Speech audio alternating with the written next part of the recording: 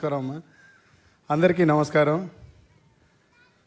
మాట మనిషి లాంటిది, పాట పక్షి లాంటిది అన్నారు పెద్దలు. అది విన్నప్పుడు నేను పెద్దగా దాని పట్ల స్పందించలేదు, ఎందుకంటే నాకు అనుభవం లేదు కాబట్టి. ఈరోజు ఈ సభా కొలువు నుంచి ముఖ్యమంత్రి గారి దగ్గర నుంచి మాకు ఆహ్వానం అందినప్పుడు ఆ మాట విలువ తెలిసి వచ్చింది. ఆ మాటను పలికిన కవిమూర్తికి నమస్కరిస్తూ, వేదిక మీద ఉన్న ముఖ్యమంత్రి గారికి నమస్కరిస్తూ, దరిదాపుగా ఇప్పుడున్న సమాజం అంతా కాళ్ళ మీద నిలబడడంతో పాటు సెల్ ఫోన్ మీద ఎక్కువ ఆధారపడుతుంది. నాకు తెలిసిన ఈ తెలుగు సమాజంలో సెల్ ఫోన్ వాడని వ్యక్తి ఎవరైనా ఉంటే,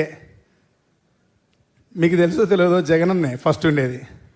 అన్న ఫోన్ వాడాడు, కానీ ఆయన గురించి మనం అందరం ప్రతిరోజు ఆయన మాటని, ఆయన ఆలోచన విధానాన్ని, ఆయన పథకాన్ని, ఆయన ప్రవేశపెడుతున్న విధానాల్ని, ఆయన ప్రజలకు ఇచ్చిన హామీని నెరవేర్చుతున్న పద్ధతుల్ని ప్రతిరోజు మనం అప్డేట్ చూస్తూనే ఉంటాం. ఇంతవరకు బాగానే ఉంది, కానీ దీని తర్వాత ఫోన్ ఎంత అవసరమో అంత అనవసరం అనిపించినప్పుడు ఈ అన్నం తెలుసుకున్న పాట రాసినాం. కళల ప్రపంచం, కల్లోల ప్రపంచం, కౌగిట పడి నలుగుతోంది నేటి ప్రపంచం. మాయాజాలం జగమంతట గాలం, అరచేతిలో కొలువైంది నాశనగాలం. ప్రతి ఇంటిని చుట్టుకుంది ఇంటర్నెట్టు, అన్నింటికి ఇప్పుడదే ఆయువు పట్టు. అభివృద్ధికి కట్టుకున్న సైబరు మెట్టు, అశ్లీలత దాని అంతరాత్మలో గుట్టు. నమ్మరయో నెటిజన్స్ తల మీదొట్టు.